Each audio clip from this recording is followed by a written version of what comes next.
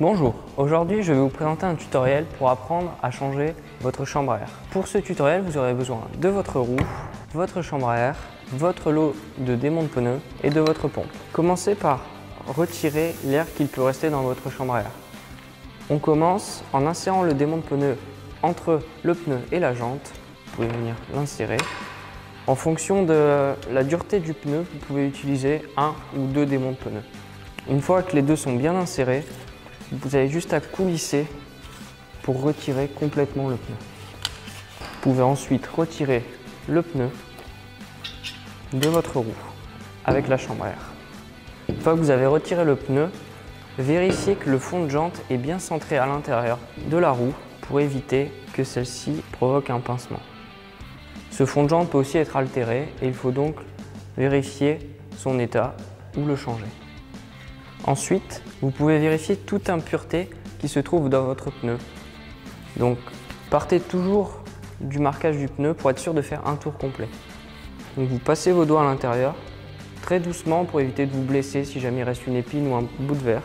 Et vous faites un tour complet en vérifiant vraiment qu'il n'y ait pas d'impureté et évitez de recrever très rapidement après votre changement. Ensuite, vous pouvez remonter votre pneu sur la jante en veillant à bien garder le trou de la valve en face du marquage du pneu.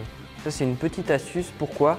Dans un but pas seulement purement esthétique, mais surtout de pouvoir repérer facilement en cas de réparation avec une rustine ou alors si jamais il y a une impureté dans le pneu, vous pouvez voir facilement, grâce à ce marquage, à quel endroit se situe le problème sur votre pneu ou votre chambre à air. Pensez à vérifier le sens de rotation de votre pneu lors du montage qui est indiqué par une petite flèche sur le pneu.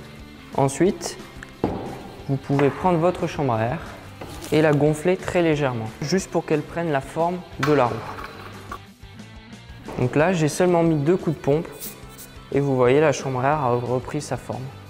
Je vais pouvoir donc l'insérer facilement dans mon pneu. Venez dans un premier temps insérer la valve dans le trou de valve et vous pouvez ensuite positionner la chambre à air à l'intérieur du pneu. Venez ensuite insérer le deuxième flanc du pneu en commençant par la valve et vous finissez en face de la valve.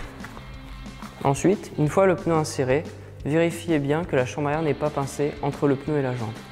Pour ceci, partez de la valve et vous venez faire tout le tour en regardant bien qu'il n'y a pas de pincement. Pour être sûr que la valve et votre chambre à air est bien positionnée, la petite astuce toute simple est de vérifier que celle-ci remonte bien. Si elle remonte simplement, ça veut dire qu'elle n'est pas tordue et que la chambre à air est bien positionnée. Une fois que vous êtes certain qu'il n'y a pas de pincement, vous pouvez gonfler votre chambre à air à la moitié de la pression indiquée. Une fois que vous avez gonflé à la moitié de la pression recommandée, vérifiez bien toujours que le pneu est bien centré en le faisant tourner sur lui-même, mais aussi que la chambre à air ne sorte pas du pneu ou que le pneu ne sorte pas de la jante. Maintenant que vous avez vérifié que votre pneu est bien positionné, vous pouvez le gonfler à la pression recommandée. Pensez à vérifier le minimum et le maximum de pression sur le flanc de votre pneu.